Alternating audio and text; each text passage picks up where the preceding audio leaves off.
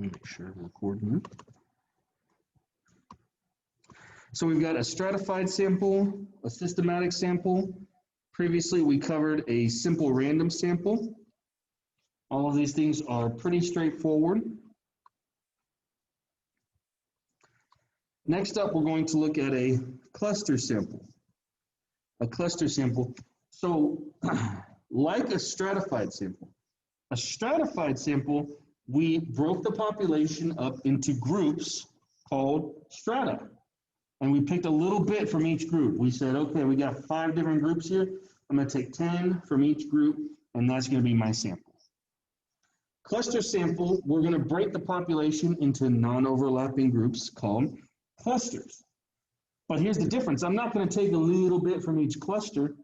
I'm going to pick, say I have 30 clusters.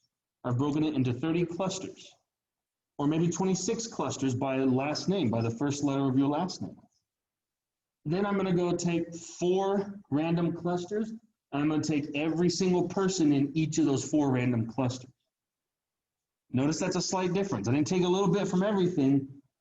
I broke it into groups and took everyone from a certain number of groups that I decided. Ideally, with cluster sampling, you're going to break it into clusters that are all about the same size. So the alphabet idea, you're probably not going to get 26 clusters of the exact same size, because your X last names are just not going to be as common as your V last names or something like that.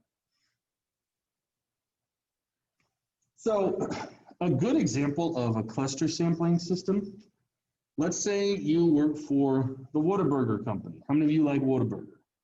Anybody like Whataburger? It's open 24 hours a day. I've made this joke before. I'm going to make this joke again. Yes, I'm being paid by Whataburger to represent them, to advertise for them, to say that their sweet and spicy bacon burger is about as close to heaven as you'll ever get on this planet. That's what I say. No, I'm playing around here. Whataburger, let's say you work for Whataburger, and we know Whataburger is very, very, very immensely popular in Texas. And so let's say you're a Whataburger employee, and what you're interested in doing is you are interested in going out and seeing how much the people of the people of Texas like Whataburger. Now here's the problem.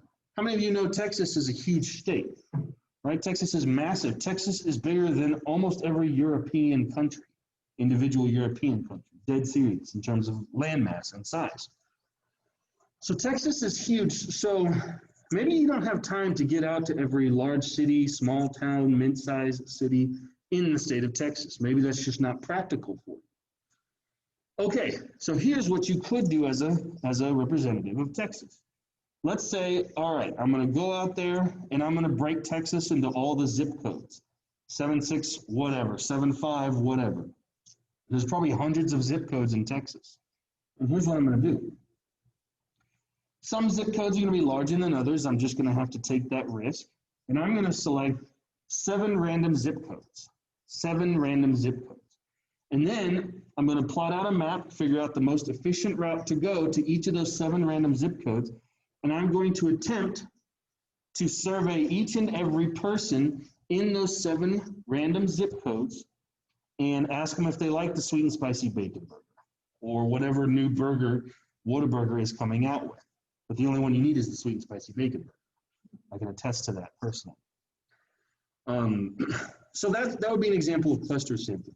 You break the population, you're interested in the population of Texas, you break it into clusters. You break it into non-overlapping clusters.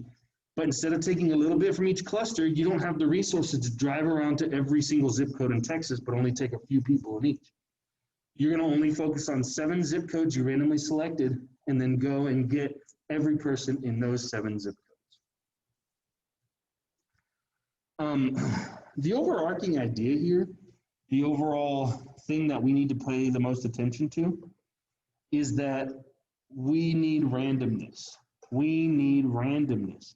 Randomness ensures that our own biases don't sneak into the sampling process, that we don't pick people based on who we want to be in the sample. And we're going to study bias closely just in the next section. So we definitely need some type of randomness, which is why a convenience sample here is horse manure. Convenient samples suck.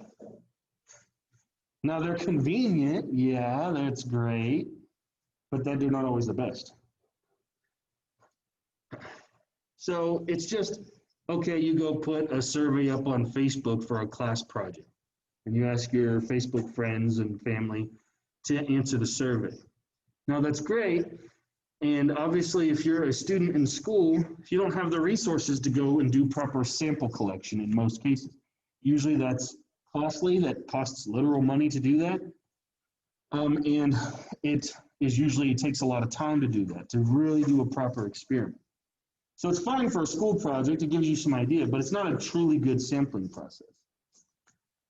Another example of a convenience sample, say that 10 times real fast. Another example is, say you are wanting to survey people, say you're a high school student, and it's your goal to figure out, how many of you attend our football games regularly?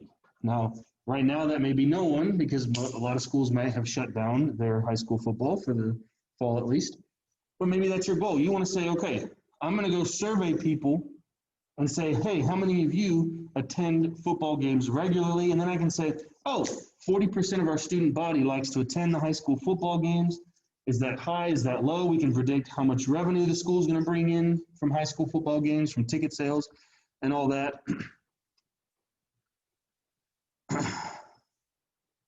Wait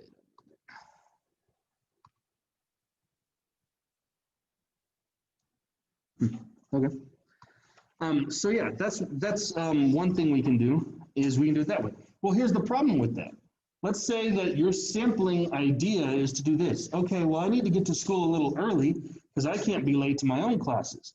So let's say that you get to school early and you only ask the students who are hanging out around the school like an hour before it even opens. Well, you might have football practice going on. And so the first students you're interacting with before or right after their practice might be the football players. And what percentage of the football players do you think will be physically at the football games? All of them, pretty much all of them. Varsity, whatever it is. So here's the problem. You used a convenience sample because you just said, okay, I'm just going to go walk around the school at this specific time and pick the first 50 people I find and ask them whether they're going to the football games. So you might come back and say, wow, 100% of our student body goes to football games. That wasn't a good sample. You didn't use randomness, you used convenience. You wanted to get the sample as conveniently as you could. So quick recap, different sampling types. Simple random sample is exactly what it sounds like. It's what you want. You take everyone in the population and you randomly select lowercase n, a certain amount of them. You have 400 million Americans, you want 500 random people in your sample, you can use a simple random sampling technique. Sometimes though, that's not always convenient, or that leaves out groups of people that you want to get in. So you can use a stratified sample, systematic sample might be for you, a cluster sample might be for you, or a convenience one. So now, let's read over each of these scenarios and let's decide which type of sampling is ideal or optimal. Which one are we actually using when we do that? To estimate the percentage of defects in a recent manufacturing batch, a quality control manager selects every 8th chip that comes off the assembly line. I assume they mean like a microchip and not a Doritos Flavor Explosion 5000 chip. What do you guys think? Which type of sampling does that fall under? Systematic? Systematic, does that sound about right? Yeah, systematic. Every 8th chip, 8, would be your lowercase k. How often, basically how often you're choosing. And so you might do this. You might pick a random number between 1 and 8. Your computer spits out 5. So you go take the 5th chip you see first, and then you do every 8 after that. So you do the 5th chip, then the 13th chip, then the 21st chip. You keep adding 8 to that. And that's how you do it. So that is going to be our systematic. Bum bum. To determine the prevalence of human growth hormone, that's a fancy, nice way of saying steroids. To determine the prevalence of steroid use among high school baseball players, the State Athletic Commission randomly selects 50 high schools. All members of the selected high school baseball teams are tested. Which type of sampling method does that sound like? Cluster, exactly. I completely agree. Are there only 50 high schools in the world, in the country, or the state, whatever? No, in Texas, there's probably thousands of high schools. So we're selecting 50 of the high schools at random. So we've made it all by clusters. And then we take everyone from those clusters. So yeah, that sounds exactly like cluster sampling. The next scenario, a member of Congress wants to determine her constituency's opinions regarding estate taxes. What a very exciting topic. Estate taxes, how do you feel about estate taxes? Well, all of them are going to say they don't like estate taxes because who likes being taxed at the end of the day? We understand though, it might be our duty. She divides her constituents into 3 household income levels, high income, middle income, low income. She then takes a simple random sample from each. What kind of sampling does that sound like? Stratified is exactly right. Cool. So pretty straightforward. Like I said, a lot of chapter 1's definitions. I promise you it gets more exciting. I promise you I get a little bit more animated. That happens when we actually start getting into some of the nitty-gritty math that we're going to do. So far, this doesn't look like a math class, does it? You can be honest with me. No, it doesn't look like a math class, but we got to get these definitions down. This forms our basis for the ideas behind what we're doing in the first place. Then we can start doing some math. And I promise you the math's going to suddenly come out of left field and hit you hard. So I'm just saying that right now. So I would not be super excited if you don't love this part. A radio station asks its listeners to call in their opinion regarding the troops overseas. It's convenience, yeah. Okay, you're only asking your listeners. This is a great example because radio stations do this all the time.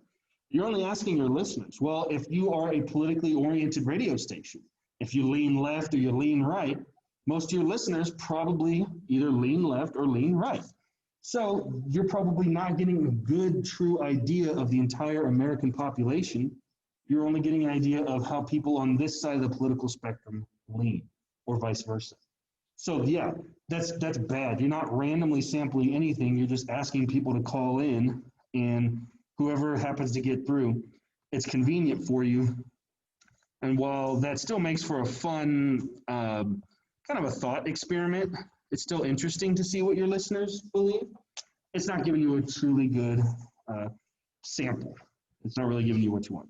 Finally, 24-Hour Fitness. Now I use Planet Fitness, but 24-Hour Fitness wants to administer a satisfaction survey, to its current members.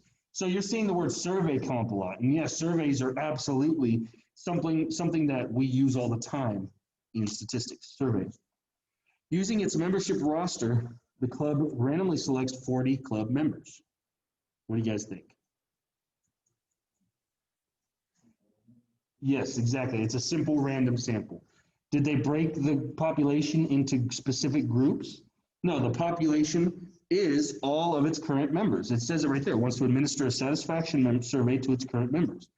So it doesn't care what Joe Schmo at Planet Fitness thinks. It only cares about people who have a membership with 24-Hour Fitness. That's the population. And then they just randomly select 40 people in their population. They don't break it into groups. They don't do a systematic system. So that's going to be a simple random sample, which you remember we can abbreviate as just SRS.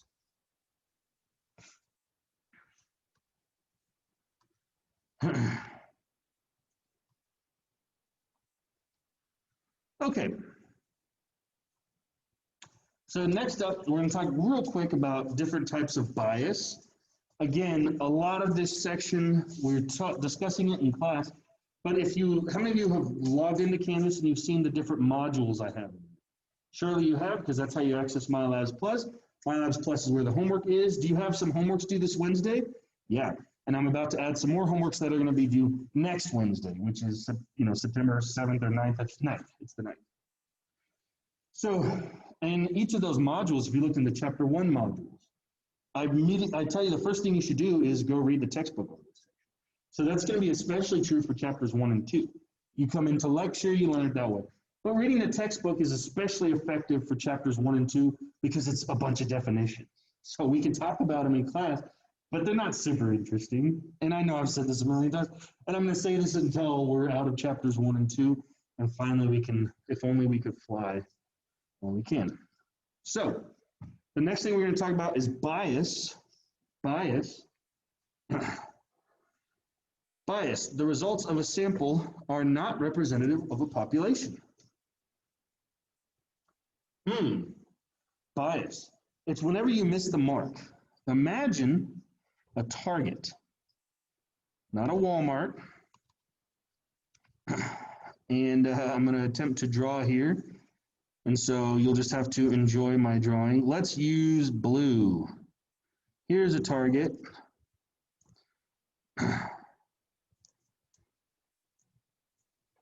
There's your Target. I should have used red, but I'd get sued by the Target Corporation. Here's your Target. Right here is what you're trying to hit. You're trying to get into the bullseye. You're trying to get into the center.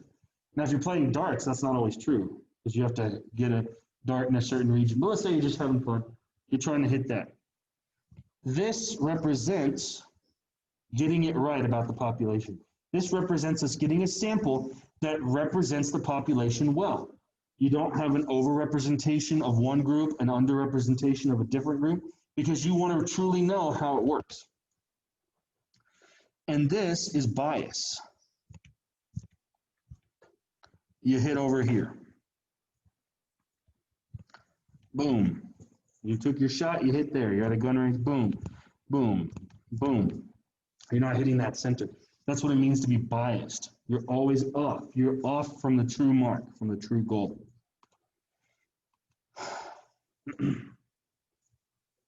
So that's what bias is. It's literally just getting a sample that doesn't represent the population accurately. That's it.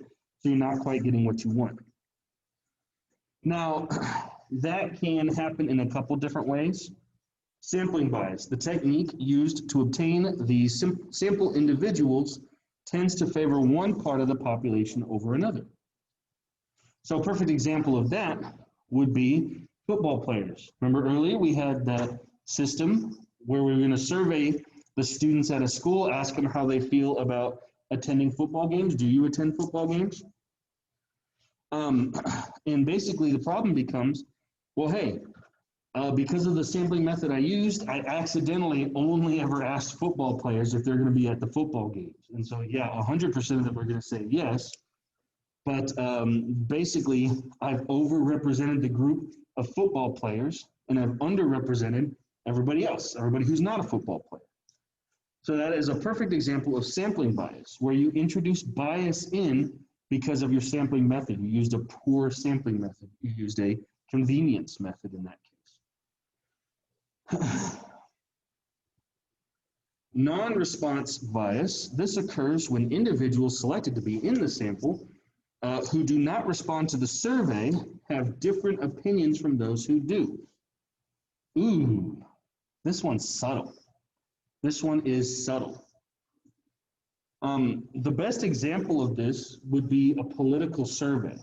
Maybe you've ever heard of a Gallup poll. The Gallup polls, Michael Gallup is a famous statistician back in I think the 70s. And Michael Gallup was the first to really seriously put good statistical measures to polling, to asking people surveys over the phone or whatever. And so the Gallup poll is used to predict the presidential election every 4 years, or it's used to predict the election of certain senators in certain states. It's not always perfect. There is one poll, I forget what it's called. There's one poll that has accurately predicted every presidential election since like the early 1900s or something like that, except for one. It missed out on Kennedy, I think. And it even predicted that Donald Trump would win the 2016 election when, remember, nobody thought he would win. All the big statistical companies and polling services all predicted that Hillary Clinton would win. But this one poll predicted Trump. So it's been a very accurate poll. At any rate, you're going to make calls. So here's how it works. You might use a systematic sample. You might say, okay, let's take every 100 people in this neighborhood. We're going to give them a call their cell phone of one of the adults in the house, and not Corey in the house. And we're going to ask them, who do you plan to vote for in the upcoming election? So here's the problem with that. The people who are going to answer, let's say you're asking right now, I mean, we're pretty close to the presidential election, but we're still a couple months out, right? It takes place in November. People who are going to answer might be just the ones who have a firm idea of who they're going to vote for. They're like, yes, I'm definitely voting for Trump, or yes, I'm definitely voting for Biden. They have a firm idea of who they're voting for. Right now, they're already set in their ways. Now, you might assume from, if you have social media, the number of people who like to share posts about their political beliefs on social media, you might assume that everybody has their opinions already decided right now, and you couldn't be more wrong. You couldn't be more wrong. The people that change the elections, that decide the elections, are people in swing states where we don't know quite who's going to win. We can make predictions, but they're the states that could go either way. Those decide the election. In the 2016 election, Donald Trump won 4 key swing states that everyone thought would go to Hillary, and that sealed the election for him. Remember, he lost the popular vote. More people literally voted for Hillary Clinton, but Donald Trump won more of these key states. So guess what? You're calling these people, and maybe the only ones who have firm ideas of who they're voting for are even going to answer your survey. The rest of them might just ignore you. But guess what? The people ignoring you are still might go out and vote on election day. And their opinions are the ones you actually want, isn't it? Because those are the ones you have no idea which way they're going to go. Those are the ones in the key swing states that could totally determine the election, and they're not even answering your survey. That is a classic example of non-response bias. The people answering your survey, well, that's great, but we already have an idea of that. So non-response bias, people who you've still decided to sample who are just literally not going to answer your survey, especially if it's an online survey. How many of you have ever gotten an email saying, answer the survey, you can win a free iPad or something? That was popular a couple of years ago. Nobody believes you. That's a lie. I'm not going to win a free iPad. I'm not stupid. You just want my time to ask me about some TV show I don't care about. So that is non-response bias to the nth degree, because so many people you're wanting to sample are not even going to answer your survey. The last type of major bias we're going to talk about is response bias, and that's almost the worst kind of bias, because the previous two, sampling and non-response, you try your best, but sometimes sampling bias and non-response bias totally come in. That's just a motion sensor. Because normally if I'm up and walking around the class, it senses motion, but instead it turned off the lights. So those sampling and non-response bias, there's only so much you can do to protect against those. And you try, and there are ways to do so, but you can't be perfect in most cases. But response bias, that's the one where you can twist what you want. You can twist your questions that you're asking. If it's a survey, you can, that one would literally be you almost intentionally or otherwise trying to mess with the results and get them to go a certain way that you want. Response bias exists when the answers on a survey do not reflect the true feelings of the respondent. And that's just terrible. That's just terrible. If you ask them how they feel about a political issue, gun control, if you ask them how they feel about going back to schools, to opening face-to-face in schools during a pandemic, but you word the question, so say you want to advocate for opening up the schools, and you want to say, look, 90% of people agree that we should open up the schools. You might just do your survey like this.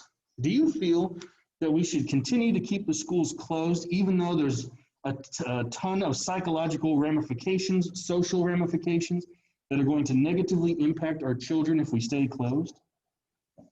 The person who might have felt otherwise might answer, well, actually, that's a good point. We should open up, right? But is that truly how they felt before you really asked that question? No. So whether or not you feel that way in actuality, you realize that when you're performing a survey, you need to ask the questions straight. You need to not try to get the person to respond the way you want, because they might say one thing in your interview with them, but later realize, no, that's actually not how I feel. And you can totally do that. Guess what, folks? That happens all the time. That happens all the time in surveys, in interviews. The surveyor has an opinion about how they want the dominoes to fall. So they ask the questions to get more people on their team, even if they really aren't. And again, I hate to keep going back to the 2016 election, but it is the most recent one. It's so fresh in a lot of our minds. And you'll remember a lot of people surveyed said they were going to vote for Hillary Clinton. And she did win the popular vote by 3 million votes. So every poll, every statistical group out there was predicting Hillary Clinton in a landslide. And what happened? That didn't happen. One of the major reasons why, and those groups came back later and admitted it, is that people were ashamed to say that they were planning to vote for Donald Trump. They literally were embarrassed to say they were going to vote for Donald Trump. So they might have said Hillary Clinton, they might have said I'm undecided, but guess who they went and voted for when no one could see who they were voting for? That was literally one of the things that was a major factor of Donald Trump winning. And that's a perfect example of response bias. Response bias. People are not answering the survey the way they truly feel. And so a lot of that is due to the surveyor. So I'm going to skip over that part. There, it's not super interesting. 1.5 has like one question over it. It's not super interesting. On to 1.6. Like I said, a lot of this, you're going to get a huge benefit from reading about it in the textbook. So let's wrap up chapter 1 today. Chapter 2 will be a little more hands-on, but it's pretty straightforward. Chapter 3, we're going to start shining. We're going to start looking at actual computations. And starting with chapter 3, you're going to want to start bringing your calculators to class. Or if you're at home in the Zoomosphere, you're going to want to have it right there available to you. Remember, you want at least a scientific calculator for this course. A TI-30X2S is usually considered the gold standard of scientific calculators, so like $15. You can get a graphing calculator. You can get a TI-83 or 84 graphing calculator. You cannot use a TI-Nspire, just because those do almost all the work for it. But a graphing calculator, a TI-83, 84, great. Problem is a brand new one usually runs like $150. So you can either use the scientific calculator, which will do everything, or you can find a used TI-83, 84 on Craigslist or eBay or something like that. You can probably get it for a lot cheaper than $150. So moving on to section 1.6, and this is going to be the last section of chapter 1 that we focus on. We can talk about a single blind study. So in general, 1.6 is going to be about the types of studies we can do. And generally speaking, a study is going to be an experiment. You can do an observational study, but we talked last time about the weaknesses of an observational study. We also mentioned that no researcher will ever prefer an observational study. They will always prefer an experiment. A true experiment where they go in, they have control over how the study is going to go down. There's still randomness that they're trying to measure with the experimental units, but generally speaking, an experiment, they get in on the ground floor. So let's talk about the different types of studies. A single blind study. This is where the subject, the people who are, excuse me, the people who are being experimented. I think there's a popcorn kernel back there or something. He's about to get demoted to lieutenant. So the subject does not know which treatment they're receiving. So there's a couple of ways that a double-blind study could work. We'll talk about the one that's a little bit grim because it does make for a good example. In a cancer study, let's say you're studying a new drug and you're hoping that it's going to help people who have a certain type of cancer. It's going to help treat the cancer, shrink it, do whatever it can to destroy the cancer in their body. Unfortunately, in statistics, you need to use something called a placebo, because you need to have a control group. You need to have a group of people who are not going to actually be taking the medication so that you can see if their cancer has any changes in it that were just happening anyway. Their body was fighting the cancer. And you need to compare them to the group that's actually receiving the medication, the treatment, and see if that treatment group, if there's an actual change in that compared to the control group. It's like you're comparing the status quo to the new treatment you're trying. That's exactly what it's about. What that means then is that you have to give the people who are not actually receiving the treatment, you need to give them what is called a placebo. It's a pill that looks exactly like the pill you would be giving to the people receiving the treatment. Unfortunately, a lot of those people signing up for your study, they signed up hoping to get this treatment to try and save their lives. And it's a very sad situation, but the science really dictates that some receive a placebo. A single blind study would be one where those cancer patients do not know whether they're getting the placebo or the real deal. And that happens all the time. And it has to happen that way in order for us to get good data from this experiment. And it's very sad. It's not something that's fun to talk about, but that is how it works. So that's a single blind study. But the experimenters, the people in the white lab coats or whoever, the scientists who are running the study, in a single blind study, they will know which type of drug each patient is getting. So bring in now a double blind study. Neither the patient nor the researcher knows which treatment the subject is receiving. So imagine a scenario where you have a doctor who, let's say that she is one of the researchers on this experiment, and let's say she has a husband who has the same exact type of cancer that this study is studying. And so she might sneak in and try to get her husband into the group that's receiving the actual treatment and not the placebo. There are clear ethical concerns with that because suddenly you've gotten away from randomness. And the husband needs to be randomly selected to receive the placebo or not. It can't be something that the researcher decides who goes into what. So in a double-blind study, there are ways of making it to where neither the subject nor the researcher know which treatment the subject is receiving. Maybe you just have a third party who doesn't care what's going on, and they sort the pills. Okay, this is the real pill bottle, this is the placebo bottle. They sort the pills and they put numbers on them, and then they assign numbers randomly to the different subjects by name. And so the researchers do the study, and only after the experiment is over and all the units have taken their medication, only then is it revealed who got what. And so that's a way to do a double-blind study. There's even smarter ways that you can use computers to do that.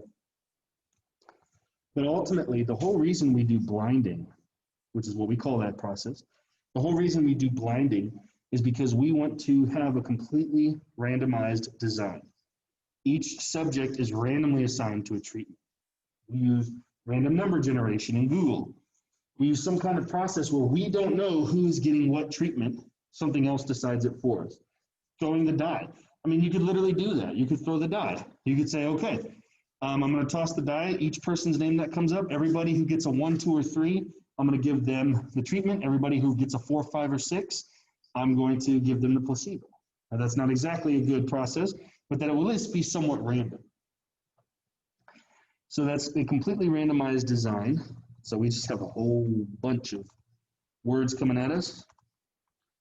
Matched pairs design, subjects are paired up. So maybe you're interested in a psychological study where husbands and wives talk about whatever, how they choose to raise children, things like that. And the whole point of the study is to compare how the husband and the wife decide how they should raise their children. So you wouldn't just randomly have the group of 100 people. You would have 100 people, but you'd have 50 couples in that group. And each of those couples would be matched up together.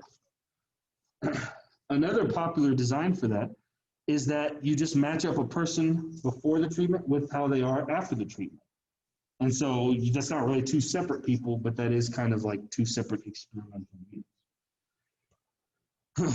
So that would be an idea behind the matched pairs design. Replication, each treatment is applied to more than one subject. So that literally just means that in the cancer study example, okay, 50 people are going to get the actual drug that we're testing here. 50 people are going to get the placebo. Replication just means that I'm performing the treatment multiple times. I'm not just giving it to one person. That person says, yeah, I feel better, and that's my study. No, we're giving it to lots of different people. We're measuring things about their body chemistry maybe. We're actually going in and looking at the cancer in their body and seeing if it's changed. So replication just means we're repeating the process, we're replicating the process, and then we can say, hey, look, the people receiving the actual treatment, the cancer in their body is significantly smaller or completely gone compared to the people receiving the placebo, which is called the control group. The treatment is any combination of the factors, the explanatory variables in experiment. In that cancer study, the treatment would be whether you got the actual drug itself or the placebo. So the explanatory variable is the drug that you're receiving. It's what is trying to explain the outcome. So pretty straightforward. And then, like I said, a placebo is an innocuous medication. That means it has no effect. It might just be a sugar pill, which is usually the popular one. And so you might just get a little sugar rush for a little bit, but it's not going to affect anything that's actually being done. That's the whole point. The placebo goes with your control group. The reason we have to do that is because there's something called the placebo effect, where someone might think something is happening to them simply because they're receiving a treatment. And whether or not they actually are receiving the right pill or the placebo, it could still happen in their minds. Sometimes if you are taking a cold medication, maybe remember when you were a kid and you had a cold, you had the sniffles or something like that, and your mom or your dad, your caretaker, they may have given you actual cold medicine, but they may have also just told you, okay, go run around the backyard 3 times. Or here, take this weird herb, echinacea, I don't know, whatever. There's all kinds of weird herbs out there. Take this. It doesn't actually work, but hey, if you think it works, it might actually have an effect on getting rid of your cold. That's a real phenomenon, and it creates problems for research. So what we do is we make sure everyone gets a pill so that they think, so that whatever psychologically is going on is going to happen to everybody, whether they're getting the real pill or the fake pill, it's going to happen to everybody with about equal chance. But only the people actually receiving the pill should have the real effects going on. And that's what we want to measure. So we can talk about an example here. A pharmaceutical company has developed an experimental drug meant to relieve symptoms associated with the common cold. The company identifies 300 adult males in their mid to late 20s who have the common cold, divides them into 2 groups. Group 1 is given the experimental drug, and Group 2 is given a placebo.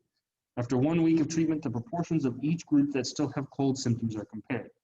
So this is a perfect experimental design. It's kind of like what we were talking about with the cancer treatment. The response variable here, that's what we're trying to measure. And so that's going to be the symptoms of having a cold or just having a cold, period. We're trying to measure the explanatory variable, which is the type of treatment you're receiving, whether it's the placebo or not, what effects it has on the response variable. So what we're trying to see is, does this destroy the cold? Some of the factors that could affect the response variable, well, the major one we're talking about is whether or not you've received the experimental drug, the treatment level. If you're getting the placebo, you're receiving 0 milligrams of the drug. But we're going to say that's still a treatment level. If you're given the drug, you might have a group getting 10 milligrams, might have a group getting 20, and might have a group getting 30 milligrams. So that's the different treatment levels. The subjects are just the people in the study, not super interesting stuff at the moment. We can look at another example real quick. An ad for dental white strips claims that the strips will whiten teeth in 7 days and the results will last for a year. A researcher who wants to test this claim studies 20 sets of identical twins. Within each set of twins, one is randomly selected to use the white strips, while the other twin does not. Whiteness of teeth is measured at the beginning of the study, after 7 days, and then every month for 12 months. The response variable in that case is going to be the whiteness of your teeth. That is what is that's the cause and effect relationship we're trying to measure. We're trying to measure the effect. And we're trying to put forth these different causes that might change the effect. The different causes would be whether or not you're getting the teeth whitening strips. Some of those factors, well, you could talk about brushing your teeth, whether or not people are doing that, what their diet is. Are they drinking a lot of soda? Are they eating a lot of candy? I know I am. Those would be different factors, but the only ones we're actually measuring are whether or not you're using the white strips. This is clearly a matched pairs experimental design. The subjects are twins, so it's matched pairs because you have a bunch of groups of twins. One twin gets the whitening strips, the other does not. So that should pretty much wrap up chapter 1. I'm going to take attendance real quick though, so don't leave if you're in the Zoom group. Don't leave. Go ahead in the Zoom group. Everybody type in the text box who's here, because some of you are using your names, but some of y'all are not which is okay, just let me know who's here. So type your name into the Zoom group.